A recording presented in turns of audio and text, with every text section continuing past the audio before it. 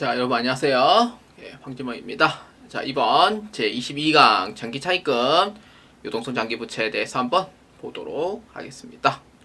자, 장기차입금과 유동성 장기부채는 크게 어렵지 않은 내용이고요. 자, 한번 봅시다. 첫 번째 줄의 내용입니다. 장기차입금이 결산일 기준 12월 31일로 만기가 1년 이내로 도래하는 경우 비유동부채에서 유동부채로 전환분계를 실시합니다. 예를 들어 차입시 3년 대출이면 차변의 보통예금과 대변의 장기차입금으로 처리, 결산일 기준으로 만기가 1년 이내에 도래하는 장기차입금은 단기로 전환이 되면서 차변으로 이제 처리를 합니다.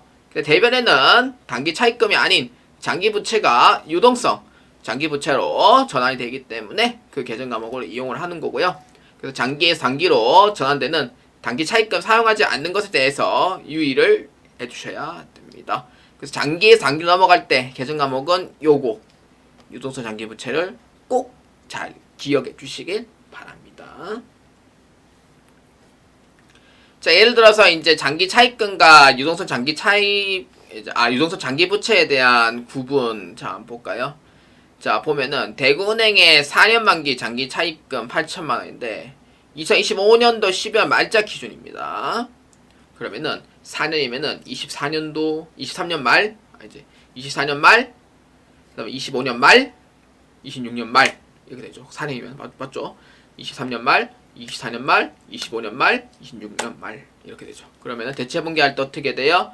이거는 여로에 해당이 되는 부분이죠. 그래서 이거를 유동성 장기부채로 대체주한다 이렇게.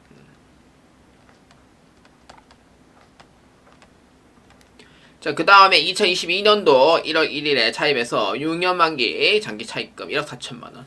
자, 볼까요? 22년 말, 23년 말, 24년 말, 25년 말 이렇게 되죠. 그래도 몇 년 남아요?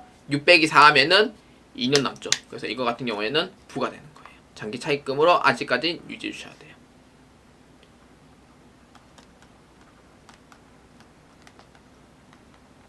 자, 그 다음에 상업은행 2년 만기 장기 차입금인데 25년 말이면은 이게 이제 26년 말이 끝나잖아요. 그래서 이거는 올해 해당하는 부분에 여가 됩니다. 그래서 이거는 유동성 장기부채로 대체해 주시면 돼요.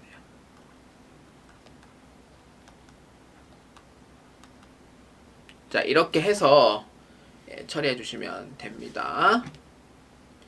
자, 그러면은 이제 이렇게 해서 처리를 해요. 그러면은 정답을 보면은 대체 여부를 여, 부, 여 이렇게 되어 있죠. 그래서 이렇게 해서 대체 분계하면 된다라고 보시면 되겠고요. 그래서 이제 기준점은 항상 결산일 기준으로 만기가 1년 이내에 도래하는 경우로 해당이 됩니다. 만기가 1년 이내에 도래하는 경우에 해당이 된다 이렇게. 자, 이렇게 보아주시면 됩니다. 자, 그럼 예제 2번 한번 볼까요?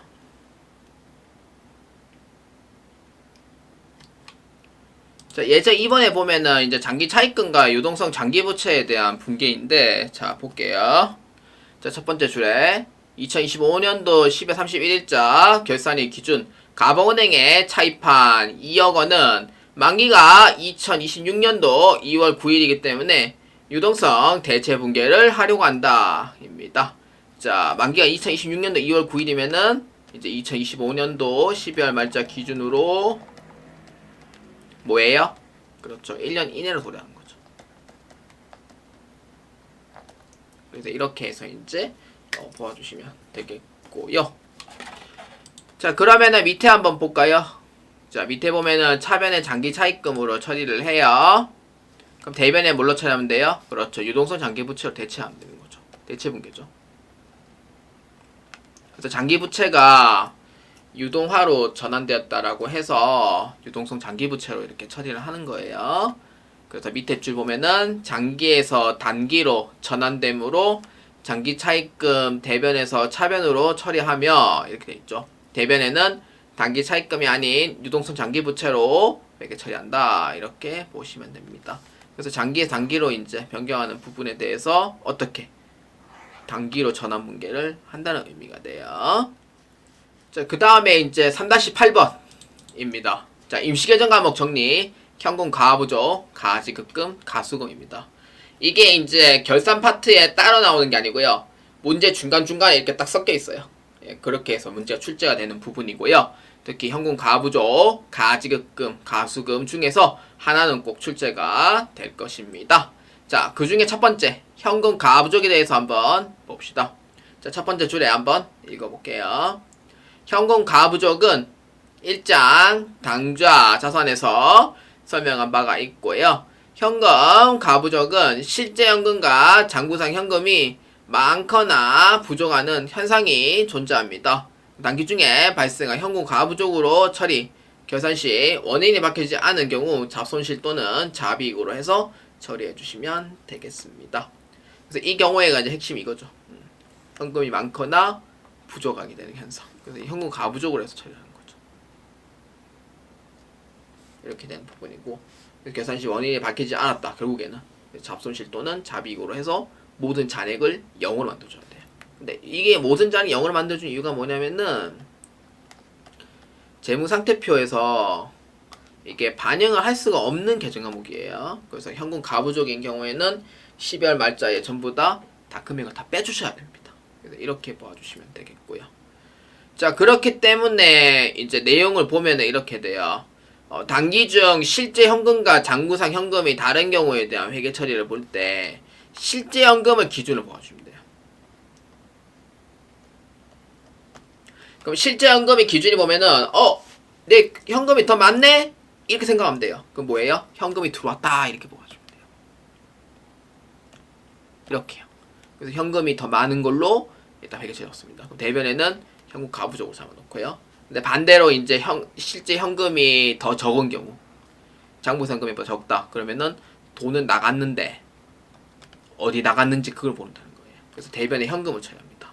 그러니까 무조건 기준은 실제 현금 기준으로 해서 돈이 이제 들어와 있냐, 나가져 있냐 그것만 봐주시면 돼요. 그래서 대변에 이제 현금으로 처리를 하되 차변에는 현금 가부족으로 이렇게 처리해 주시면 됩니다.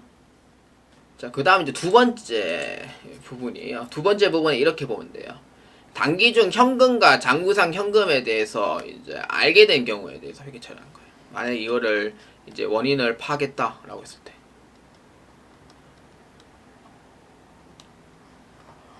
이럴 경우에 어떻게 할 거냐 이거예요. 그러니까 만약에 실제 현금이 더 많았을 때 원인을 알았다라고 하면은 대변에 있던 현금 가부족은 차변에 없애주면 돼요.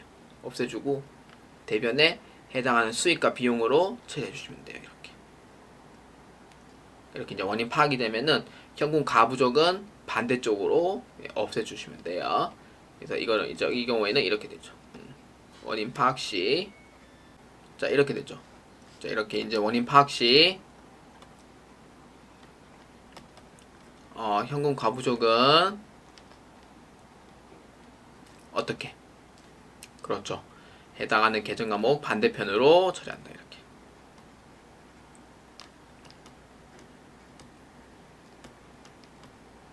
이건 이제 원인을 알게 된 경우를 뜻해요.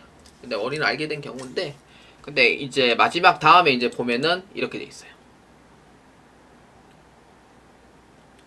이제 만약에 이제 12월 말까지 돼가지고 모르겠다 도저히 모르겠다 이러면은 이렇게 돼요. 자, 실제 현금이 더 많은 경우에는 어떻게 돼요? 현금이 들어와 있는 상태죠. 들어와 있는 상태에서 파악이 안 돼요. 그럼 이럴 때는 이제 어떻게 하면 돼요? 그렇죠. 이 같은 경우에는 잡이익으로 해서 이렇게 처리하시면 되죠. 대변에 이렇게 처리하시면 돼요. 자, 그 다음에 이제 장부상 현금이 더 많은 경우, 실제 현금이 더 적은 경우예요. 그러면 돈이 나가 있는 상태인 거예요. 돈이 나가 있는데 원인이 파악이 안 돼요. 그러니까 돈 나갔다는 거는 비용이 나갔다는 뜻이잖아요. 근데 파악이 안 돼요. 그럴 때 어떻게 하냐? 이건 잡손실로 해가지고 처리해 주시면 돼요. 그리고 이제 반대 계정 가면 어떻게 하면 돼요? 그렇죠. 현금 가부족은 차변과 대변에서 다 빼주시면 됩니다.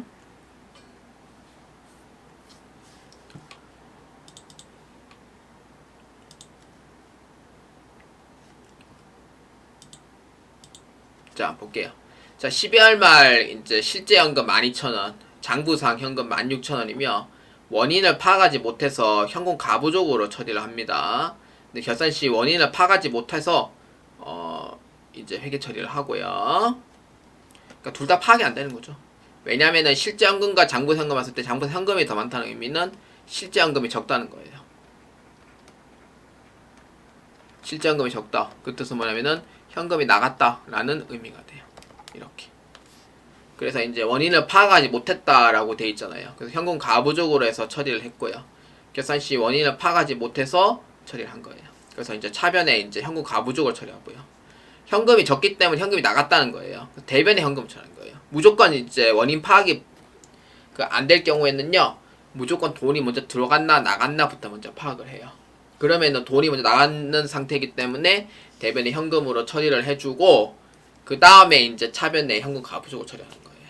그래서 이렇게 이제 보면 되는데, 결국 12월 말까지 상황을 어떻게 돼요? 모른다라는 거예요. 아, 몰라요. 이렇게 됐어요. 그래서 이제 어떻게 하냐면은, 그러니까 현금이 나갔다는 거는 비용의 지출이 있었다는 의미가 되거든요.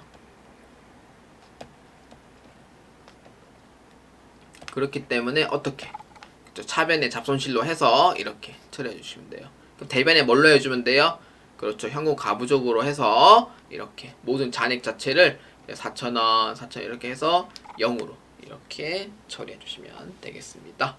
그래서 첫 번째는 이제 실제 현금과 잔고상 현금에 대한 차액이고, 두 번째는 그 12월 말까지를 봤을 때 도저히 모르겠다라는 내용이 되겠습니다. 자, 그 다음 두 번째. 가수금하고 가지급금에 대한 정리예요. 자, 가수금과 가지급금은요, 두 가지 용도가 있어요.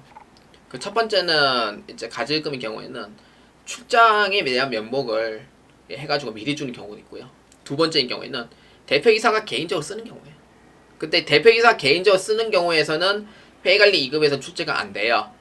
주로 이제 회계관리 1급부터 출제가 되는 부분이고요. 가수금인 경우에는 역시 두 가지. 첫 번째는 정체불명의 돈이 들어와 있는 경우, 두 번째는 뭐예요? 그 가수금 자체가 이제 회사가 개인적으로 쓰려고 직접 돈을 넣어준 경우를 의미를 합니다. 그래서 이제 이렇게 보아주시면 돼요. 첫 번째 줄에 가지급금은 출장 여비로 다녀오기 위하여 임시계정 과목으로 처리하는 경우가 있지만, 법인회사의 대표이사가 법인의 돈을 가져가서 처리하는 경우도 있습니다. 이렇게. 자, 그래서 이제 이렇게 이제 보면 돼요. 첫 번째 줄에, 자, 가수금입니다. 정체불명의 대금을 수령하는 경우 사용하는 임시계정 과목이며, 다른 것은 대표이사가 개인 돈으로 미리 입금하는 경우가 있는데, 이 경우 가수금으로 처리한다. 원래 이제 여러분들이 알아야 될 부분은 정체불명의 대금을 수령하는 경우에 사용하는 임시계정 과목이라고 이렇게 부르고 있습니다. 자, 그래서 두 번째 줄 끝에 보면은 임시계정 과목이라 재무상태표에 반영 불가이고요. 12월 말 결산 시 모든 잔액은 0으로 해서 다른 계정 과목으로 대체합니다.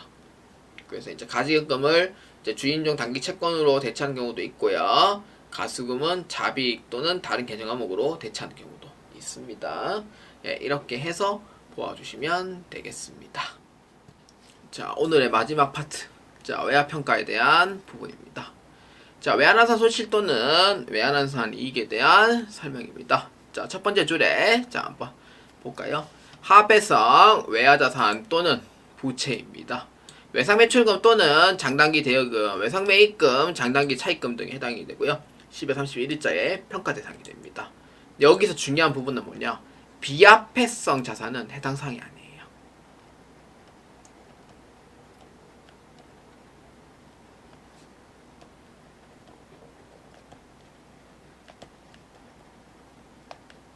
이렇게. 그러니까 비화폐성 자산 해당 사항이 아니고요. 그러니까 주로 어떤 거냐면은, 만약에 이제 문제가 선급금하고 선수금에 대해서 물어보더라라고 하면은 어떻게 돼요? 이 부분에 대해서는 평가하면 안 돼요. 이렇게 해서 봐주시면 돼요. 자, 그렇기 때문에 두 번째 줄에 자, 한번 봅시다. 자, 두 번째 줄에 보면은 장부금액과 10의 31일자 마감 환율의 차익으로 외환환산 손실 또는 외환환산 이익으로 처리합니다. 이렇게.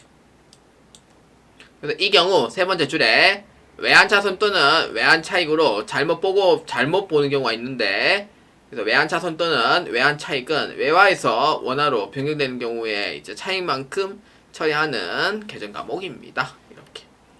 외환차손 또는 외환차익이에요. 이게 헷갈리면 안 되는 이유가 10에 31일자에 대한 평가는 이 계정 과목 쓴단 말이에요. 근데 이 같은 경우에는 뭐예요? 그렇죠. 이 같은 경우에는 요거는 이제 외화에서 이렇게 이제 원화로 환전할 때 이제 해당이 돼요. 그러니까 이렇게 보면 되는 거죠.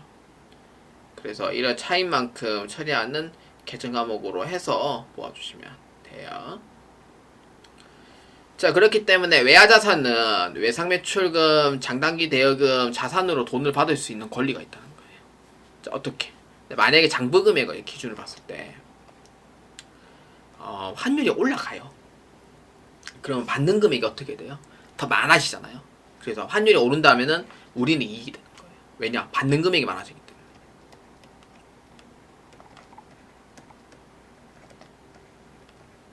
이 뜻이 되고, 근데 만약에 환율이 내려가면 어떻게 돼요? 받는 금액이 적어지는 거잖아요.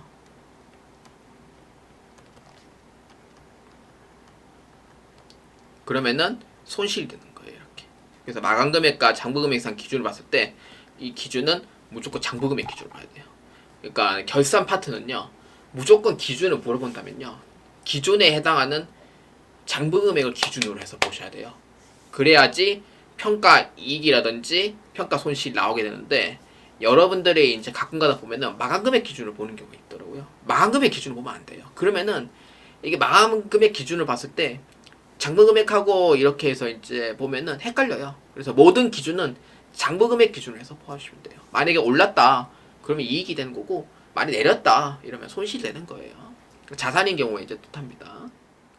그 다음에 이제 외상 쪽에 나가는 이제 부채. 자, 봅시다. 외상매입금, 장단기 차입금, 부채를 돈을 줘야 될 의무가 있다는 거죠. 돈을 더 많이 주면 뭐예요? 그러니까 장부금액이 100원이라고 치고요. 환율이 올라서 이제 120원 돼버리고, 환율 내려가고 80원 돼버렸어요. 자, 우리는 돈을 받는 사람 입장이 아니에요. 부채인 경우에는 돈을 줘야 될 의무가 있는 거예요. 그러면은 이제 환율이 올라가면은 돈을 더 많이 줘야 되니까 손실이 돼요, 이익이 돼요?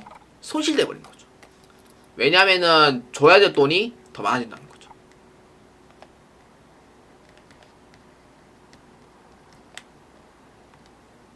이거 손실이 되는 거예요. 근데 환율이 내려가면 뭐예요? 이익이 되는 거예요. 이 뜻은 뭐예요? 줘야 될 금액이, 줘야 될 돈이 그만큼 더 적어진다는 뜻이에요. 이렇게. 그래서 이렇게 해서 비교를 해가지고 돈을 더 많이 줘야 된다면은 손실, 돈을 더 적게 줘야 된다면은 이익이 되는 거예요. 그래서 이렇게 해서 보아주시면 되겠습니다. 자, 10월 5일자 제품 10,000달러 해가지고 1달러당 1,200원에 판매를 합니다. 대금은 3개월 후에 수령하기로 하고요. 12월 말일자 결산환율은 1,300원입니다. 자, 보면은 일단은 10,000달러에 1,200원 주고 이렇게 판매를 했대요.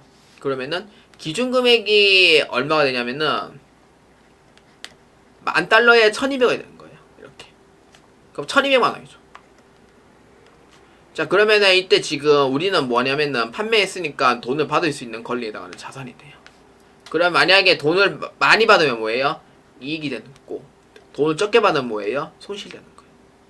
그래서 이게 이제 1,200만 원만큼만 더 올라가면은 이익이 되는 거고, 1,200만 원만큼만 내려가면은 손실이 된다고요.